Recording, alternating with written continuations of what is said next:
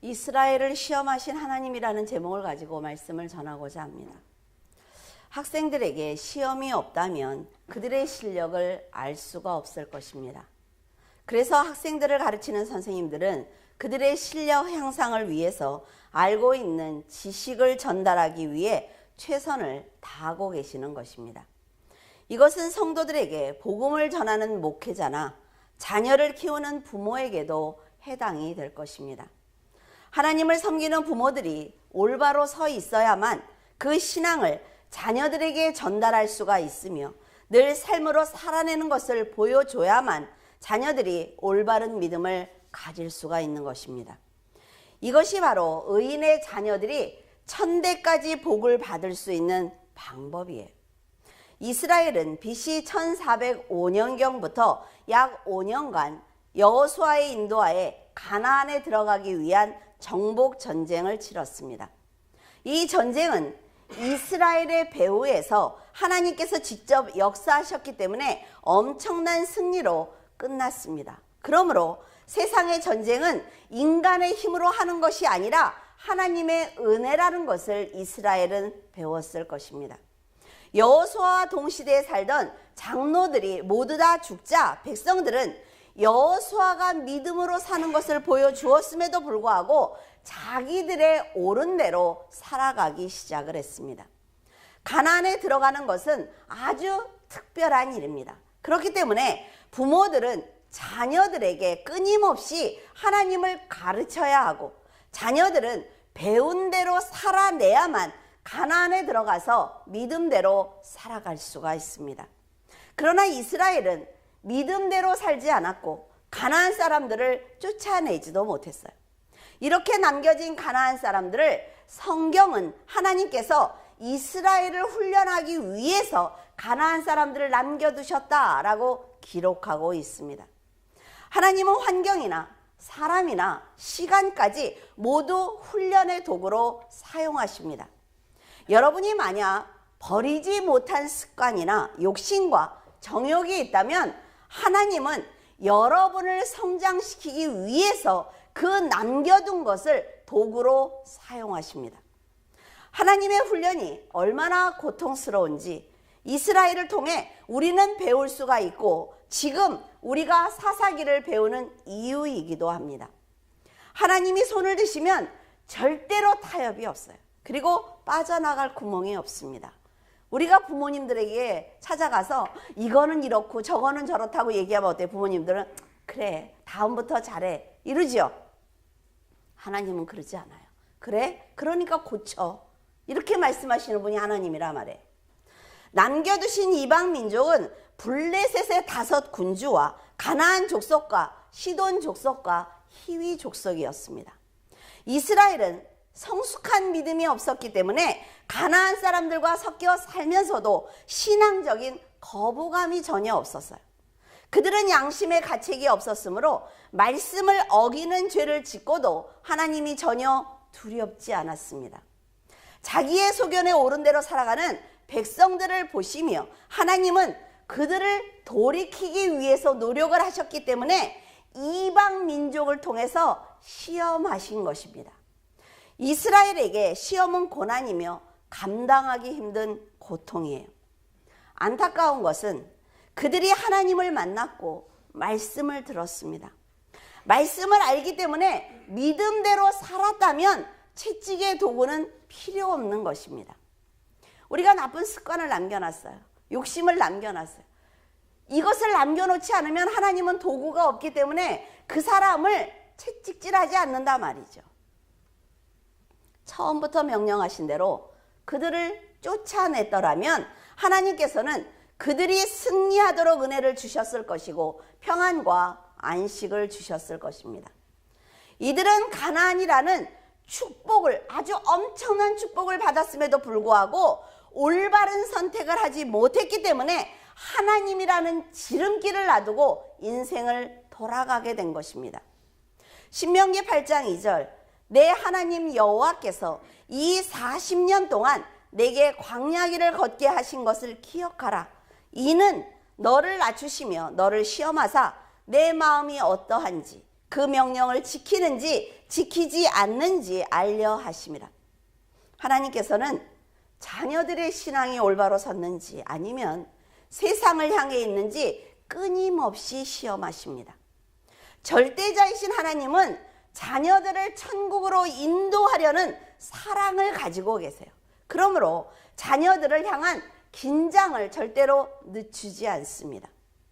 이스라엘이 광야에서 40년 동안 살았던 그 시간과 환경은 인간적인 입장에서 볼 때는 굉장히 고통스러운 일이에요. 하지만 옷과 신발이 헤어지지 않게 하시고 만나를 주셨으며 하나님이 안전한 울타리가 되어주신 것은 하나님의 백성은 어떤 환경을 만날지라도 내가 늘 너와 함께 동행하고 있어 라는 것을 가르치는 시간이었습니다. 만약에 이스라엘이 평안할 때만 하나님이 동행하신다면 희망이 없을 것입니다. 정말 우리가 잘 살 때만, 그리고 내 자녀들이 잘 될 때만 하나님이 나와 동행하시면 우리에겐 희망이 없어요. 이처럼 이스라엘 백성이 광야에서 산 것은 우연이 아니라 최종 목적지인 가나안에 들어갔을 때 어떤 환경을 만나더라도 변하지 말아야 한다는 것을 가르쳐 주신 시간인 것입니다. 그러나 이스라엘은 가나안 사람들이 풍족하게 사는 것을 보았어요. 그리고 흔들리기 시작을 했습니다. 광야 생활과 전쟁을 통해서 하나님의 존재를 알았음에도 불구하고 실족하고 만 것입니다. 예를 들어 여러분도 하나님께 훈련을 받은 시간과 경험이 있을 것입니다. 간절한 소원을 통해 하나님께서 기도를 들어주신다라는 경험을 했을 것입니다. 그리고 위험한 고비였는데 넘기는 기적도 하나님이 보여주신 적이 반드시 있을 거예요. 그리고 그 응답을 받은 여러분은 아주 크게 기뻐하면서 하나님이 서원하라는 말도 안 했는데 스스로 나는 하나님을 배신하지 않겠습니다 라는 서원을 했을 것입니다. 하지만 세상으로 나가보니까 또 그 어려움이 지나고 나니까 세상 사람들이 잘 사는 것을 보게 되었을 것입니다. 낙오되지 않기 위해서 나도 저 사람들처럼 열심히 해야지 인간적인 노력도 다짐했을 것입니다. 여기까지 인도하신 하나님보다는 세상이 더 크게 보였을 거예요. 내가 저들과 섞이지 않으면 뒤처질 것이다 라는 두려움도 생겼을 것입니다. 그들과 비슷한 삶을 살지 않으면 패배할 것 같아서 그들의 죄의 삶을 따라하기 위해서 노력도 했을 것입니다. 그리고 하나님께는 기도할 때마다 어쩔 수 없었습니다 라는 변명을 했을 거예요. 그런 모습을 보고 계신 하나님께서는 여러분과 멀어진 그 시간과 거리를 모두 훈련의 도구로 사용하시기 시작을 하는 것입니다. 여러분이 진실한 신앙을 회복할 수 있도록 하나님께서는 여러분이 하나님과 멀어진 그 시간만큼 그것을 가지고 시험하기 시작하시는 것입니다. 이제 이스라엘과 여러분은 자신의 믿음을 입증해야만 합니다. 쉽게 말해서 세상 사람들이 쉽게 하는 행동을 따라하지 말라고 제가 여러분에게 말씀을 드렸을 때 여러분의 신앙에 따라서 제 말이 옳은 말이 될 수도 있고 듣기 거북한 말이 될 수도 있습니다.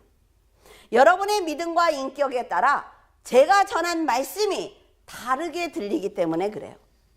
그런데 제가 전한 말씀이 제 설교가 아니고 하나님의 말씀을 대변한 것이라면 하나님께서는 설교를 들은 여러분의 신앙을 시험하실 것입니다. 그러면 여러분은 자신의 믿음을 하나님께 입증해야 할 것이며 시험에 통과해야만 고난을 당하지 않을 거예요. 하나님은 이스라엘이 하나님의 뜻대로 살아주기를 바라셨지만 그들은 가나안 사람들의 딸을 취하여 아내로 삼았습니다. 그들이 섬기는 신을 섬기며 우상 앞에서 술을 마시고 음란한 행동을 서슴없이 행한 것입니다. 여러분이 하나님이라면 이런 사람들을 끝까지 품어주시겠습니까? 우리는 복을 받기를 원해요. 복을 받으려고 하면서도 정작 복을 주시는 하나님의 말씀을 거역하는 이런 사람들에게 하나님이 어떻게 복을 줄 수가 있겠어요? 하나님께서는 분명히 가나안 사람들을 쫓아내라 라고 말씀을 하셨습니다. 왜냐하면 가나안 사람들과 섞여 살게 되면 그들이 하는 행동이 처음에는 거부감이 듭니다. 하지만 반복해서 보게 되면 거부감이 사라질 것이고 쉽게 그들과 동일한 행동을 할 수 있기 때문에 그들을 쫓아내라 라고 말씀하신 거예요. 만약 이스라엘이 가나안을 정말로 쫓아내기 위해서 최선을 다했습니다. 그런데 연약함도 있을 것이고 지형적인 면도 있어서 쫓아내지 못했어요. 그래서 그들과 어쩔 수 없이 살게 된다면 이스라엘은 분명히 그들과 선을 그을 수 있는 영적인 능력이 생길 것입니다. 세상도 마찬가지란 말이죠. 성도들이 세상에 나가서 어떻게 회사를 안 다니고 살 수가 있어요. 그런데 하나님의 말씀으로 무장을 하면 그들과 선을 그을 수 있습니다. 그랬다 그래서 나는 그걸 하지 않겠습니다. 뭐 하지 않겠습니다. 이게 아니라 지혜롭게 할 수 있단 말이죠. 지혜롭게. 그런데 지금 이스라엘은 노력조차 하지 않는 거예요. 가나안의 전쟁은 단순히 땅을 차지하기 위한 싸움이 아니라 하나님을 섬기는 백성이 하나님을 대적하는 백성들에게 하나님을 전하는 전쟁입니다. 하나님께서 지금 성도들을 사단이 지배하는 세상에 두셨어요. 그 이유가 무엇일까요? 십자가의 보혈이 무엇인지 그 의미를 아는 백성들이 보혈의 의미를 알지 못하는 백성들에게 그 사실을 전달하기 위해서 성도들을 세상에 두신 것입니다. 그런데 하나님의 깊은 뜻을 모르니까 복음을 전하는 것을 부끄러워해요. 스스로 입을 다물며 도리어 그들이 하는 말을 듣고 있습니다. 어린 양의 피가 무엇인지 모르는 사람들이 가지고 있는 그 힘을 보면서 스스로 낙심하며 그들이 섬기는 신을 따라서 섬기고 있는 것입니다. 그러나 분명히 알아야 하는 것은 성도들의 마지막 종착역이 세상이 아니라는 것입니다. 마지막 날 하나님의 부름을 우리 모두는 받을 것인데 지금 내가 어떻게 살아가느냐에 따라서 빛으로 들어갈 수도 있고 어둠 속에서 이를 갈며 억울하게 소리칠 수도 있습니다. 여러분이 하나님을 믿고 끝까지 믿음의 삶을 살아낸다면 하나님께서는 여러분이 지금 처한 환경이 어렵고 괴롭히는 사람을 만날지라도 절대로 놓지 않을 것이며 믿음을 통해 환경을 변화시켜 주실 것입니다. 다니엘 6장 10절 다니엘이 이 조서에 왕의 도장이 찍힌 것을 알고도 자기 집에 돌아가서는 윗방에 올라가 예루살렘으로 향한 창문을 열고 전에 하던 대로 하루 3번씩 무릎을 꿇고 기도하며 그의 하나님께 감사하였더라. 다니엘은 탁월한 지혜와 능력을 인정받은 사람입니다. 바벨론 제국이 멸망한 후에 세워진 메대 다리오 왕에게도 총애를 받았어요. 그러자 다니엘을 시기한 관료들은 황제를 숭배하는 예식을 만듭니다. 그래서 하나님만 섬기는 다니엘을 제거하려는 음모를 꾀한 것입니다. 다리오 왕은 다니엘을 비롯해 총리 3명을 세웠는데 다니엘은 깨끗한 정치를 했기 때문에 왕에게 인정을 받은 것입니다. 이것을 시기한 관료들이 다니엘을 고소하려고 여러 방면으로 찾았지만 그 허물을 찾지 못했어요. 하나님을 섬기는 다니엘이 모든 면에서 정직하고 신실한 신앙생활을 했기 때문에 그 결점을 찾는 데 실패하자 그들은 다니엘의 신앙을 빌미로 악한 계략을 세운 것입니다. 다른 총리들과 방백들이 왕에게 와서 저희들이 회의를 했습니다. 앞으로 위대한 당신 왕을 신격화하기 위해서 30일 동안 누구든지 다른 신이나 사람에게 절을 하고 기도하면 사자굴에 넣기로 결정했습니다. 라는 얘기를 합니다.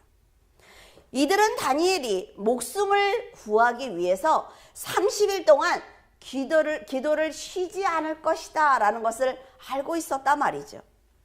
그래서 이런 법을 만들 수가 있는 거예요. 세상 사람들이 다니엘의 믿음을 인정하고 이런 계략을 세운다는 것 너무 놀랍지 않습니까?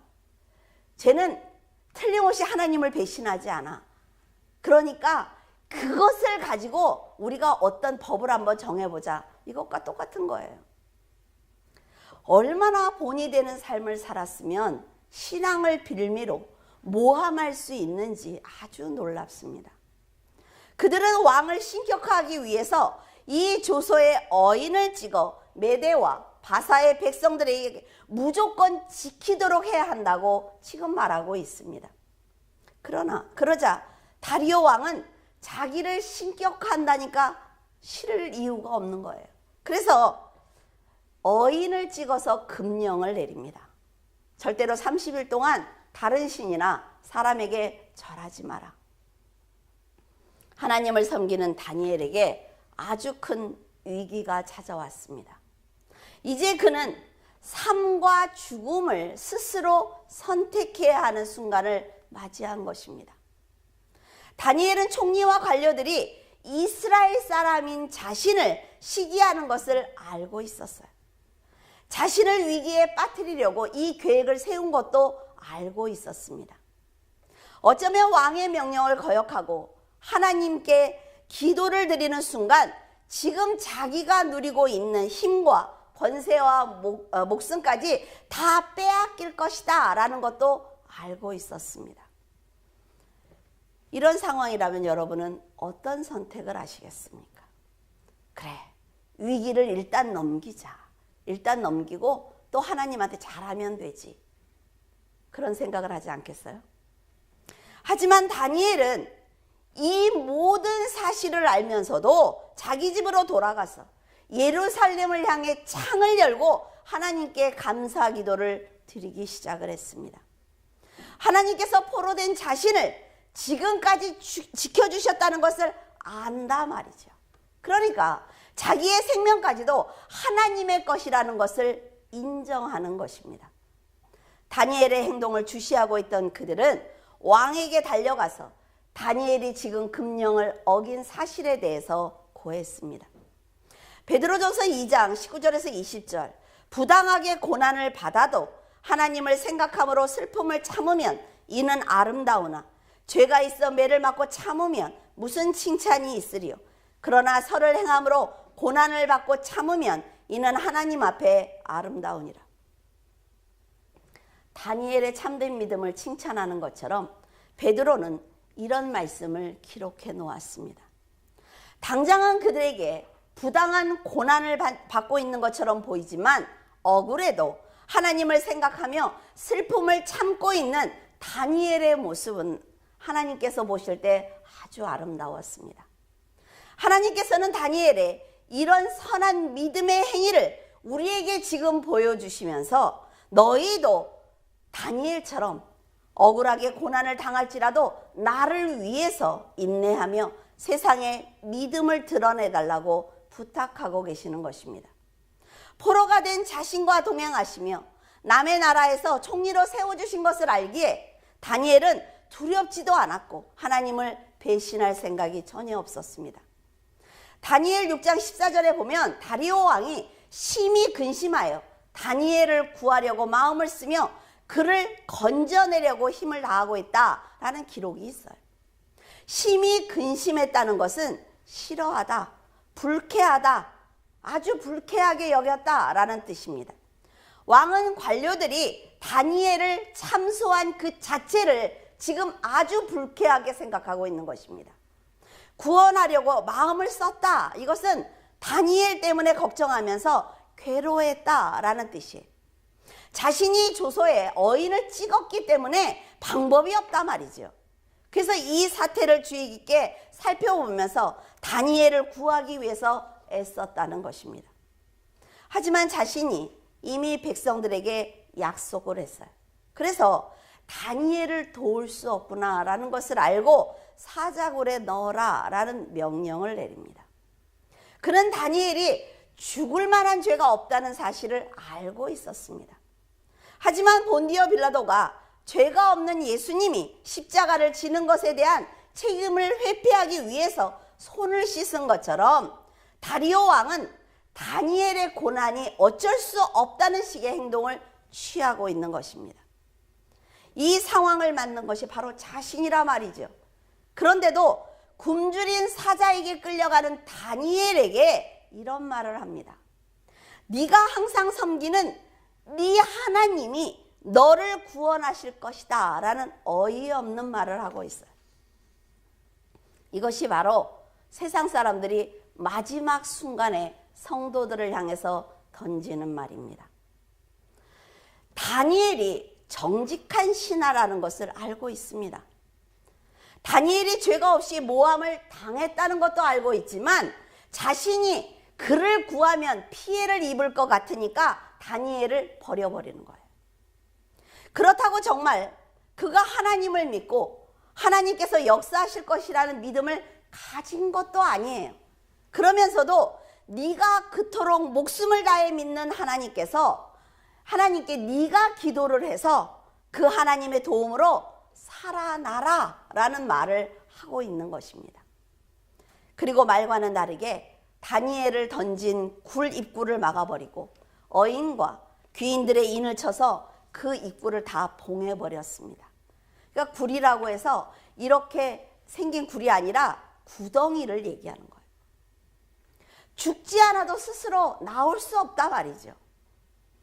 이것은 다니엘을 시기하던 관료들의 철저한 계산에 의한 것이며 반드시 다니엘을 죽이겠다는 그들의 의지입니다.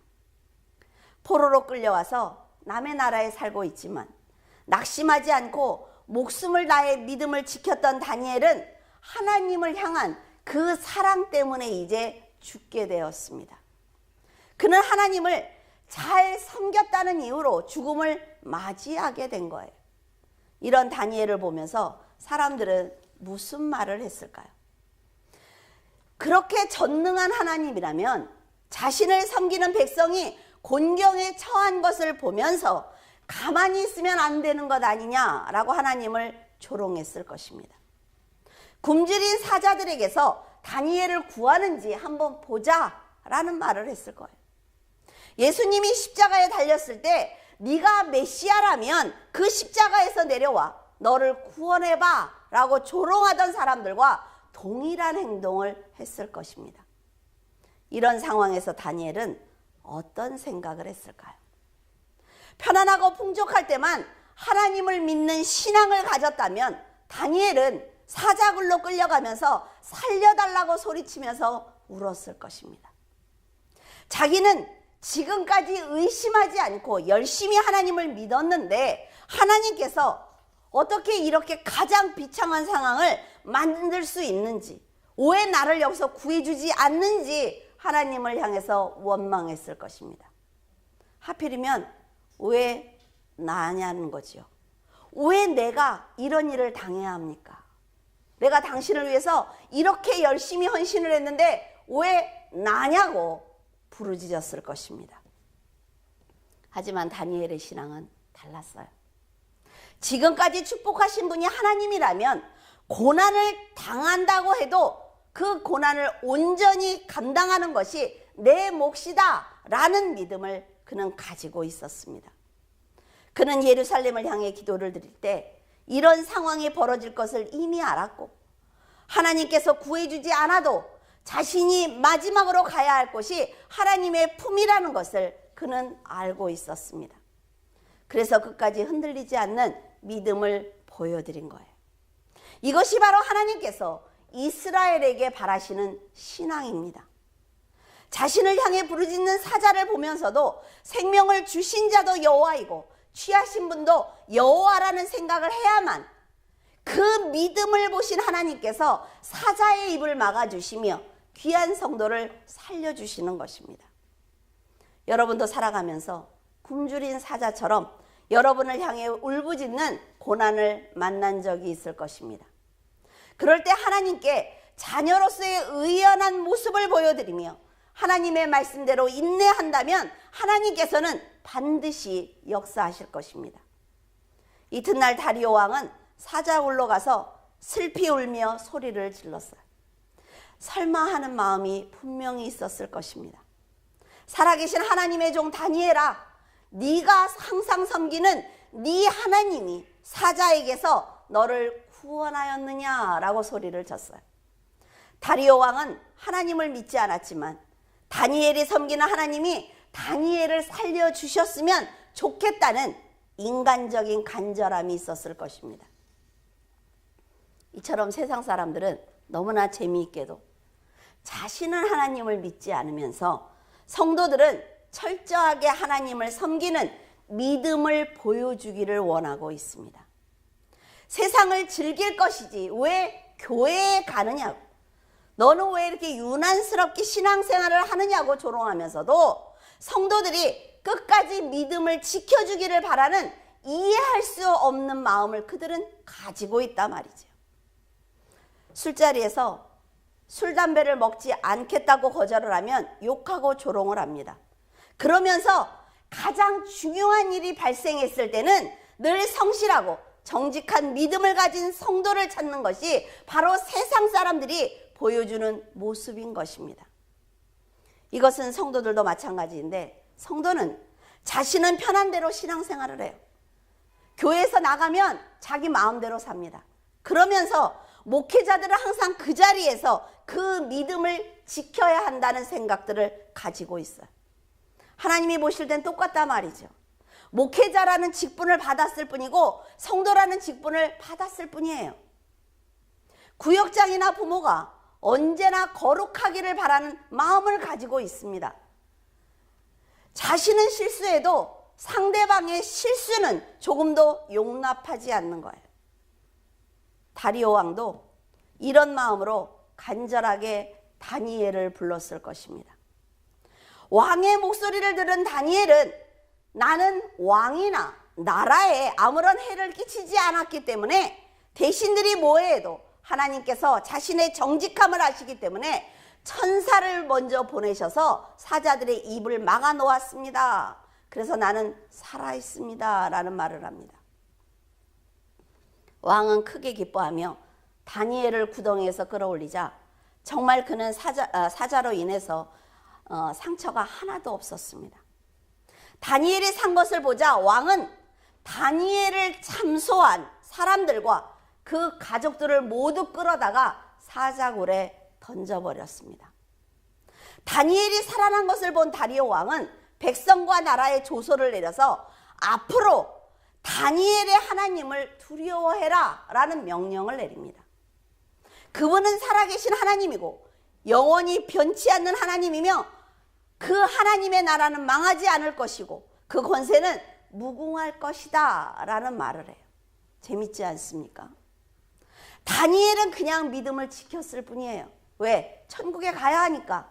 자기의 믿음을 그냥 지켰을 뿐인데 다리오 왕은 스스로 하나님을 높였고 모든 백성에게 하나님을 섬기라는 기적적인 말을 하는 것입니다.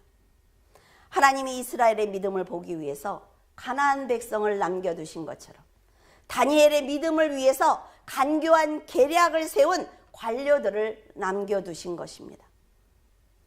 여러분 옆에 괴롭히는 사람들이 있습니까?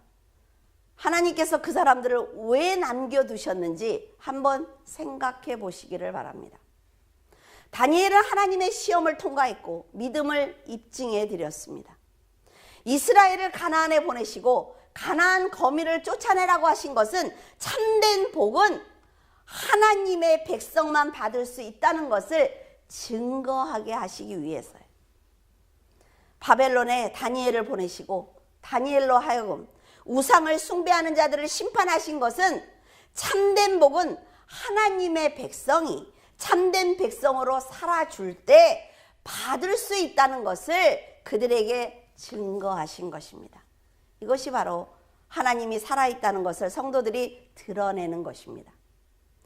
이스라엘 백성이 가나안과 바벨론처럼 하나님을 섬기지 않고 조롱하는 사람들 가운데서 믿음을 지켜낼 때 그때만이 하나님의 영광이 드러나는 것입니다. 교회에서는 다 믿음이 좋아요. 다 거룩하게 보일 수 있습니다. 그런데 집으로 돌아가서 세상에 나가서 사람들을 만났을 때 그때 정말 내 믿음이 드러나는 것입니다. 만약 가나안 사람들과 섞여 살던 이스라엘 사람처럼 다니엘이 대신들이 두려워서 내가 살고 싶어서 그들의 뜻대로 행했다면 다니엘은 세상에서 그대로 총리로 살 수 있습니다. 편안하게 살 수 있어요. 하지만 하나님은 그를 버리셨을 것입니다. 죽으면 죽으리라는 믿음을 가졌더니 하나님은 그를 그대로 총리로 두셨습니다. 잘 생각하시라 말이죠. 여러분도 가나안 사람들처럼 여러분의 신앙을 넘어뜨리기 위해서 자신이 즐기는 쾌락으로 이끌어가면서 세상이 모두 다 이렇게 살고 있어, 교회 다니는 사람들 다 이렇게 살아 라고 말하면서 왜 하나님을 그렇게 유난스럽게 믿느냐고, 너는 너무 맹목적인 신앙을 갖는 것 아니냐고 말하는 사람들이 분명히 있습니다. 그때 여러분은 어떻게 하시겠습니까? 그리고 다리오 왕처럼 정을 계속 주는 거예요. 굉장히 잘해줍니다. 그런데 자신의 이익에 따라 한순간에 버려버리는 사람들도 있습니다. 이용 가치가 없으면 버리는 거예요. 여러분이 생각을 할 때 저 사람이 나를 싫어하는 것 같지도 않은데 왜 그러지? 혼란스러울 수 있을 것입니다. 세상은 이용 가치가 없기 때문에 버리는 거예요. 근데 하나님은 이용 가치를 따지지 않습니다. 하나님을 사랑하면 하나님은 그대로 품어주세요.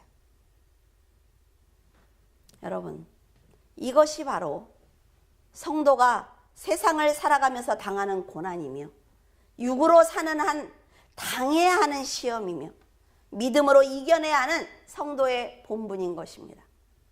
이런 모든 상황을 아는 여러분은 죽으면 죽으리라는 고백을 하며 기꺼이 사자굴에 들어간 다니엘이 되기를 바랍니다. 믿음을 지키다가 죽으면 하나님의 품에 안길 거예요. 살려주시면 또다시 하나님의 영광을 위해서 살아가는 다니엘의 그 고백이 여러분의 고백이 되기를 바랍니다. 하나님께서는 어쩌면 오늘 여러분을 시험하실 수도 있습니다. 하지만 다니엘처럼 매일 기도하고 믿음으로 살아낸다면 그 시험을 쉽게 통과할 수 있을 것이며 하나님께 큰 칭찬을 받을 수 있을 것입니다. 하나님은 다른 영혼의 구원을 위해서나 여러분의 믿음을 위해서 시험하시면서도 여러분이 당당하게 사자굴에 들어올 수 있도록 사자의 입을 미리 막아 놓으실 것입니다. 세상에 어떤 문제를 만났다고 두려워하지 말라 말이죠.